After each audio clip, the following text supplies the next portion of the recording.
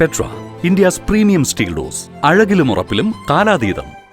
സ്വർണ്ണവിലയിലെ ആശങ്കയിൽ സംസ്ഥാനത്തെ കുടുംബങ്ങൾ വൻതോതിൽ സ്വർണം വിറ്റഴിക്കുന്നു. ഇതുമായി ബന്ധപ്പെട്ട കണക്ക് പ്രകാരം 50,000 കിലോഗ്രാം സ്വർണ്ണമാണ് ഏപ്രിൽ ജൂൺ കാലയളവിൽ വിറ്റത്. അതായത് മുൻവർഷത്തേക്കാൾ 43% കൂടുതലാണിത്.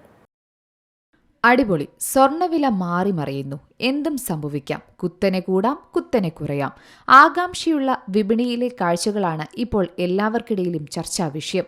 സ്വർണം വാങ്ങി സൂക്ഷിക്കുന്നതും കൈമാറുന്നതും സമ്മാനമായി നൽകുന്നതും നമ്മളിൽ പലർക്കും, പ്രത്യേകിച്ച് ഇന്ത്യക്കാർക്ക്, പരമ്പരാഗതമായി ചെയ്തു വരുന്ന ഒരു കാര്യമാണ്. ഇന്ത്യൻ സംസ്കാരത്തിന്റെ ഭാഗം കൂടിയാണ് ഈ സ്വർണം എന്ന് വേണമെങ്കിൽ പറയാം. കാരണം അത്രത്തോളം വലിയ പ്രാധാന്യമാണ് സ്വർണത്തിന്മേൽ നമ്മൾ നൽകുന്നത്. അതിനാൽ തന്നെ സ്വർണ്ണവിലയിലെ താഴ്ചയും ഉയർച്ചയും എല്ലാം ഓരോരുത്തരുടെ ജീവിതത്തെയും സ്വാധീനിക്കാറുണ്ട്. റെക്കോർഡ് നിരക്കിൽ എത്തിയതിനു ശേഷം സ്വർണത്തിന്റെ വില ഇടിയുന്ന കാഴ്ചയാണ് സമീപ ദിവസങ്ങളിൽ നാം കണ്ടത്.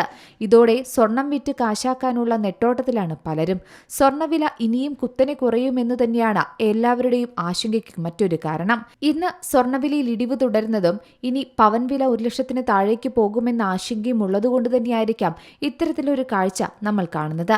സ്വർണ്ണവില താഴ്ന്ന പ്രവണത ശക്തമായതോടെ ഇന്ത്യയിൽ പഴയ സ്വർണം വിറ്റഴിക്കുന്ന പ്രവണത ശക്തമായെന്നും റിപ്പോർട്ടുകളുണ്ട്.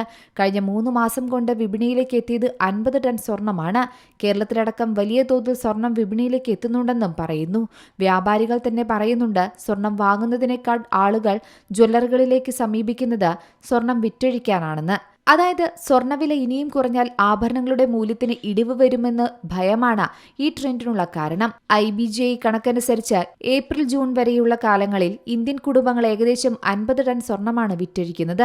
കഴിഞ്ഞ വർഷത്തേക്കാൾ 43% വർധനവാണ് ഇവിടെ രേഖപ്പെടുത്തുന്നത്. അതായത് സ്വർണ്ണവില ഇനിയും കുറയുമെന്ന് തന്നെയാണ് എല്ലാവരും കണക്കുകൂട്ടുന്നത്.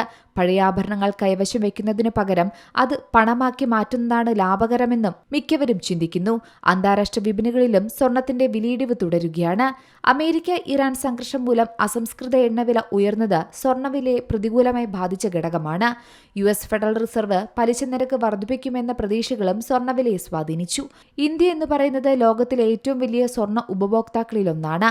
ഇന്ത്യയിൽ ഉപയോഗിക്കുന്ന സ്വർണത്തിന്റെ ഭൂരിഭാഗവും ഇറക്കുമതി ചെയ്യുന്നതാണ്. 2026 സാമ്പത്തിക വർഷത്തിൽ ഇന്ത്യ ഏകദേശം $72.4 ബില്യൺ സ്വർണമാണ് ഇറക്കുമതി ചെയ്തിരിക്കുന്നത്. 2025 ഏകദേശം 125 മുതൽ 150 ടൺ സ്വർണം പുനരുപയോഗം ചെയ്തുവെന്നും കണക്കുകളിൽ പറയുന്നു. നിലവിലെ ട്രെൻഡ് തുടർന്നാൽ ഈ വർഷം ഇത് 200 മുതൽ 250 ടണ്ണായി ഉയരുമെന്നും പറയുന്നുണ്ട്. ഇന്ത്യൻ വീടുകളിൽ ഏകദേശം 30,000 ടൺ സ്വർണം സൂക്ഷിക്കുന്നുണ്ടെന്നും കണക്കുകൾ വ്യക്തമാക്കിയിരുന്നു.